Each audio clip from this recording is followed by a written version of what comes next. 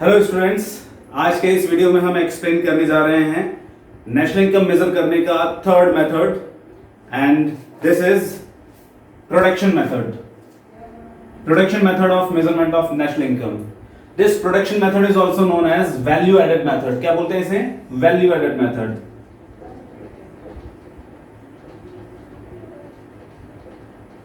अब value added method जो है हमारा ये या प्रोडक्शन मेथड क्या है, इसके थ्रू नेशनल इनकम कैसे कैलकुलेट करते हैं, इसमें क्या क्या प्रिकॉशंस हमें रखने पड़ते हैं, इसका फॉर्मूला क्या होता है, इन सब चीजों के बारे में हम आज डिस्कशन करेंगे।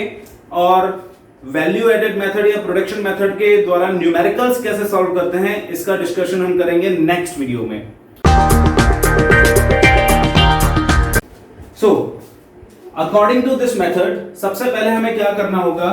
First we have to calculate value of all final goods and services. सबसे पहले हमें क्या करना होगा? जितनी भी गुड्स एंड सर्विसेज प्रोड्यूस हुई है उन सब की वैल्यू का कैलकुलेशन करना होगा। यहां वर्ड पर ध्यान दीजिएगा, फाइनल। जितनी भी फाइनल गुड्स एंड सर्विसेज हैं उन सब की वैल्यू हमें कैलकुलेट करनी होगी।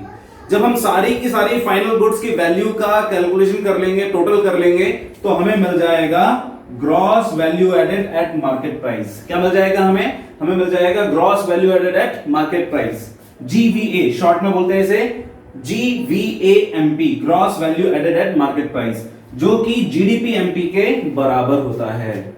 ठीक है, और GDP-MP निकल जाने के बाद हम आसानी से जो भी कॉन्सेप्ट पूछा जाएगा हम उसका कैलकुलेशन कर सकते हैं। इसे नेशनल इनकम निकाल सकते हैं या और भी कोई दूसरा कॉन्सेप्ट जो हमें दिया जाएगा न्यूमेरिकल में, क्वेश्चन में, हम उसका कैलकुलेशन कर सकते हैं। ठीक है, चलिए अब बात करते हैं सबसे पहले अपन इस वैल्यू एडेड या वैल्यू एडिशन प्रोसेस के बारे में। हम कुछ भी डिस्कशन करें उससे पहले हम वैल्यू एडिशन प्रोसेस क्या होता है इसको समझ लेते हैं। वैल्यू एडिशन प्रोसेस को समझ लेने के बाद हम इसके फॉर्मूलेज और इसके प्रिकॉशंस के बारे में बात करेंगे। तो अब हम समझते हैं process of value addition. Value addition का प्रोसेस होता क्या है?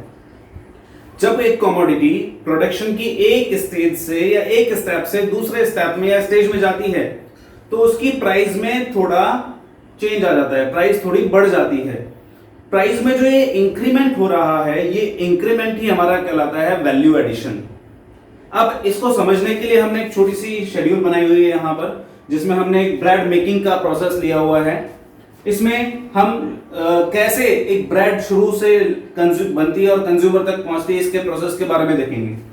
तो सबसे पहले हम देखते हैं कि एक फार्मर जो क्या करता है, 200 रुपए की इंटरमीडिएट कॉस्ट, यानी उसने जो फर्टिलाइजर पर, सीड पर, इरिगेशन पर जो भी खर्चा किया है उसने 200 रुपए की कॉस्ट के साथ वो क्या करता है, व्हीट का प्रोडक्शन करता है और 700 रुपए में उसे क्या करता है, आगे बेचता है ना। इंटरमीडिएट कॉस्ट माने जो कमोडिटी को प्रोड्यूस करने में खर्चा हुआ। वैल्यू ऑफ आउटपुट, जो कमोडिटी उसने प्रोड्यूस की है उसको कितने में बेच रहा है, तो 700 रुपए में बेचा, तो यहां पर उसने कितना वैल्यू एडिशन किया, 500 रुपीज। इसको हम कैसे कैलकुलेट करेंगे? बहुत सिंपल सा वैल्यू एडेड का फॉर्मूला हो जाएगा ये value of output minus intermediate cost. तो value of output 700, intermediate cost 200, कितना वैल्यू एडेड हो गया, 500 रुपीज।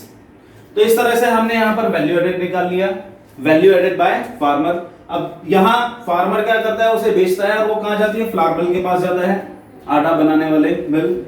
उसके लिए इंटरमीडिएट कॉस्ट क्या हो गई, 700, जो व्हीट उसने परचेस किया।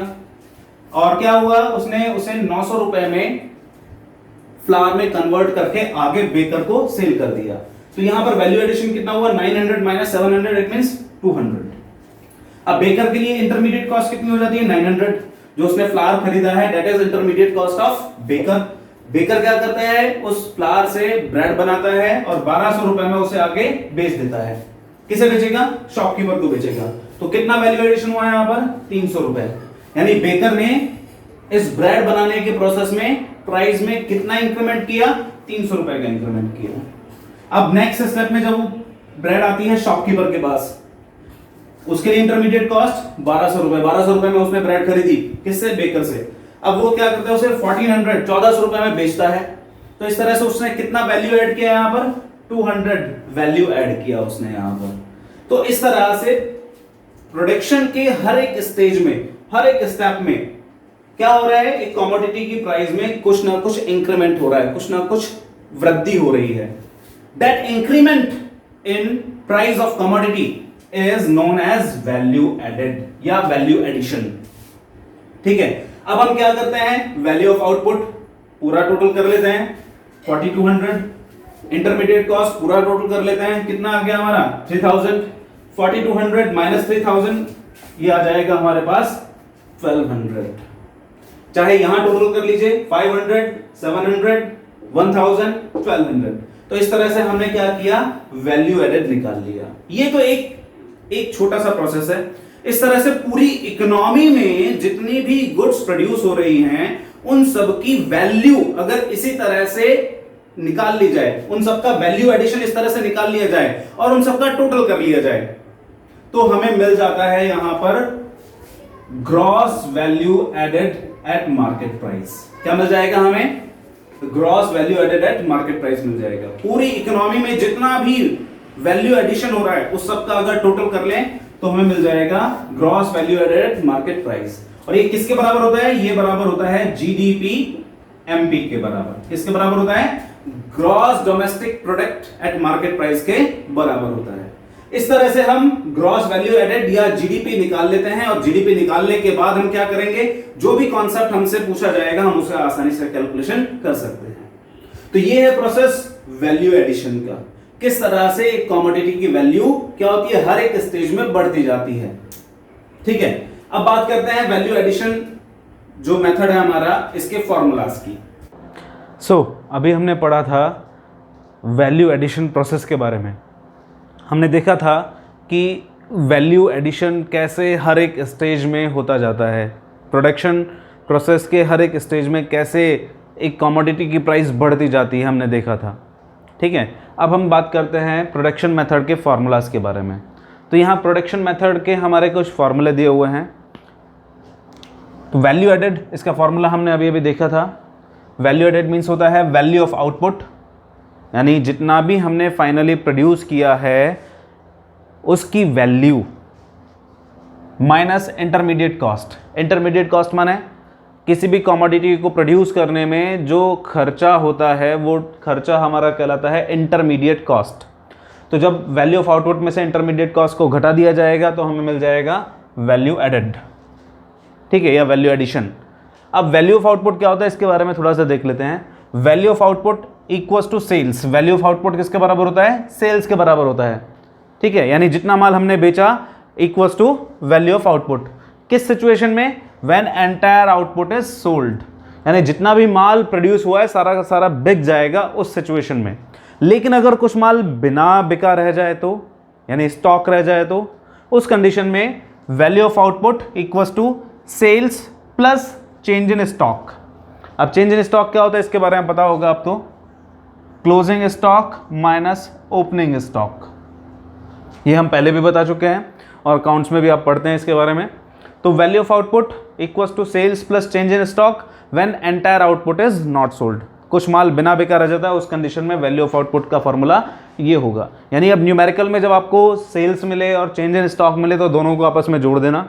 कभी कभी क्लोजिंग स्टॉक और ओपनिंग स्टॉक दोनों अलग अलग दिए जाएंगे तो इनके माध्यम से चेंज इन स्टॉक निकाल लेंगे और चेंज इन स्टॉक को सेल्स में ऐड करके हम वैल्यू ऑफ आउटपुट कैलकुलेट कर लेंगे। ठीक है, क्लियर। अब यहाँ पर सेल्स में भी कभी कभी कन्फ्यूज़न हो जाता है। कभी कभी क्वेश्चन में डायरेक्ट सेल दे दिया जाता है, कभी वो डोमेस्टिक सेल देता है, कहीं कहीं एक्सपोर्ट भी दे देता है, कभी कभी वो सेल्स टू फर्म्स इस तरह से दे देता है। तो हमें अब यहाँ पर सेल्स का क्लासिफिकेशन कैसा होता है ये देख लेना चाहिए एक बार। तो सेल्स को ब्रॉडली हम दो पार्ट्स में क्लासिफाई कर सकते हैं। We can classify sales broadly into two parts, domestic sale and exports.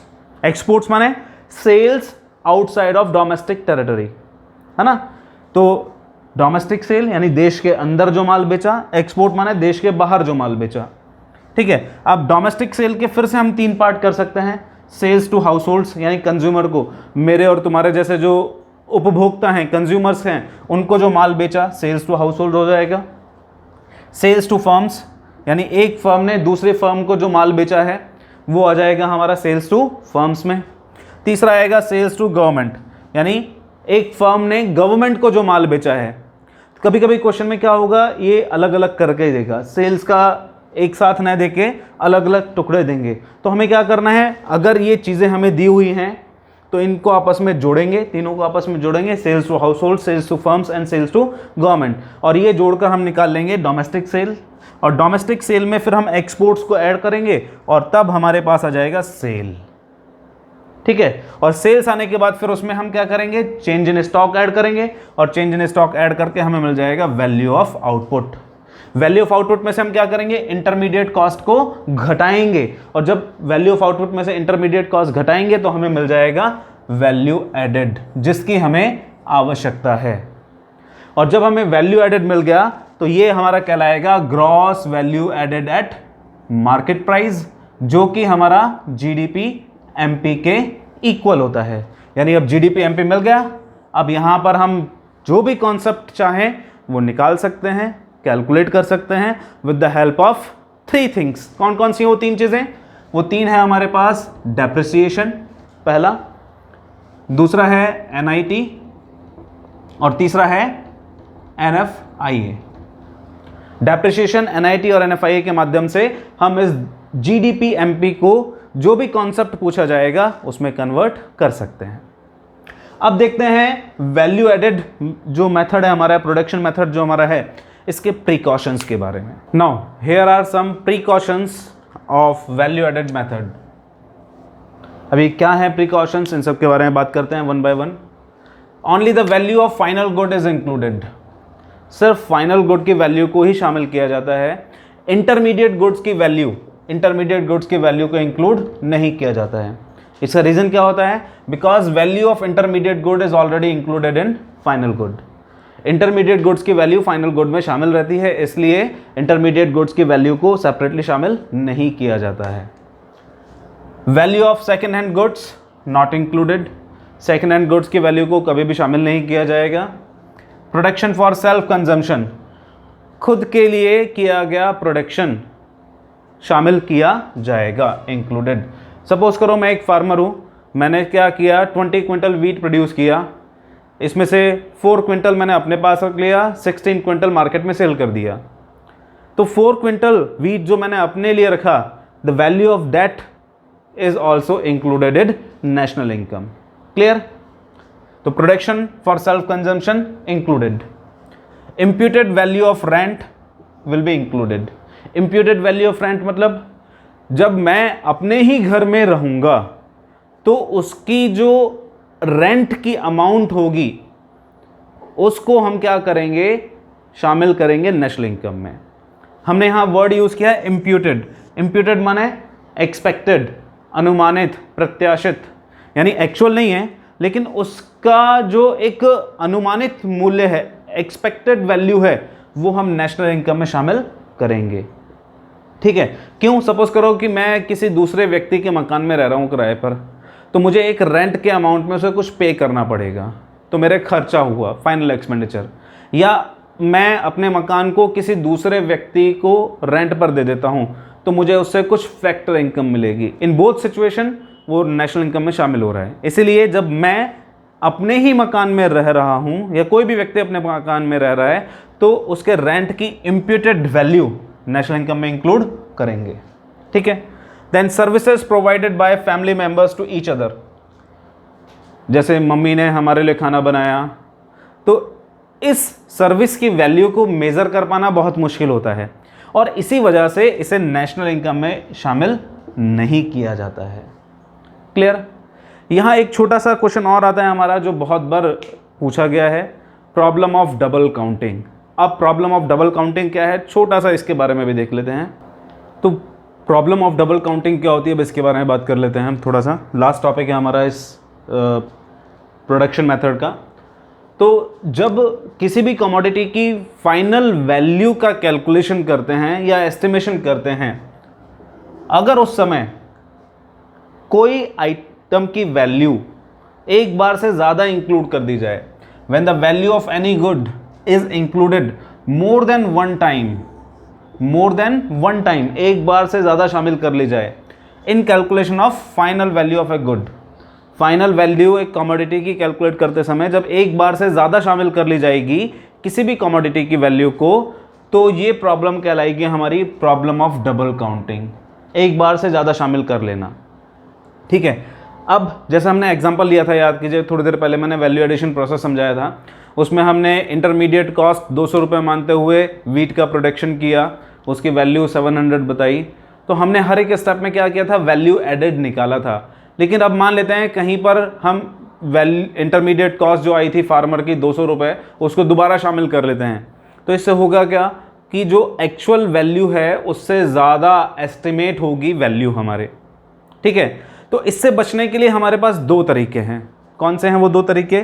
पहला है फाइनल वैल्यू मेथड, यानी सिर्फ फाइनल वैल्यू को ही इंक्लूड किया जाए, फाइनल प्राइस को ही इंक्लूड किया जाए, इंटरमीडिएट प्राइजेस का यूज ही ना किया जाए। दूसरा है value added method. Value added method माने जो हमने पूरा डिस्कस किया कि प्रोडक्शन के हर एक स्टेज में जितनी जितनी प्राइस बढ़ रही है, सिर्फ उस प्राइस, बढ़ी हुई प्राइस का हम टोटल कर लें तो हमें क्या मिल जाएगा, वैल्यू एडेड मिल जाएगा। और उस वैल्यू एडेड की हेल्प से हम क्या कर लेंगे, ग्रॉस वैल्यू एडेड निकाल लेंगे। तो इस तरह से भी हम क्या कर सकते हैं, ये प्रॉब्लम ऑफ डबल काउंटिंग को दूर कर सकते हैं। क्लियर? सो इसी के साथ हमारा आज का टॉपिक खत्म होता है। ये हमारा 12th एपिसोड है नेशनल इनकम का। हमने 8th और 9th में income method, 10th and 11th में एक्सपेंडिचर मेथड एक्सप्लेन किया है। 12th वीडियो में हमने आज प्रोडक्शन मेथड या वैल्यू एडेड मेथड एक्सप्लेन किया है। इन 13th एपिसोड हम इस मेथड के न्यूमेरिकल्स डिस्कस करेंगे। So keep watching my videos, subscribe my channel, share and like my videos. Thank you.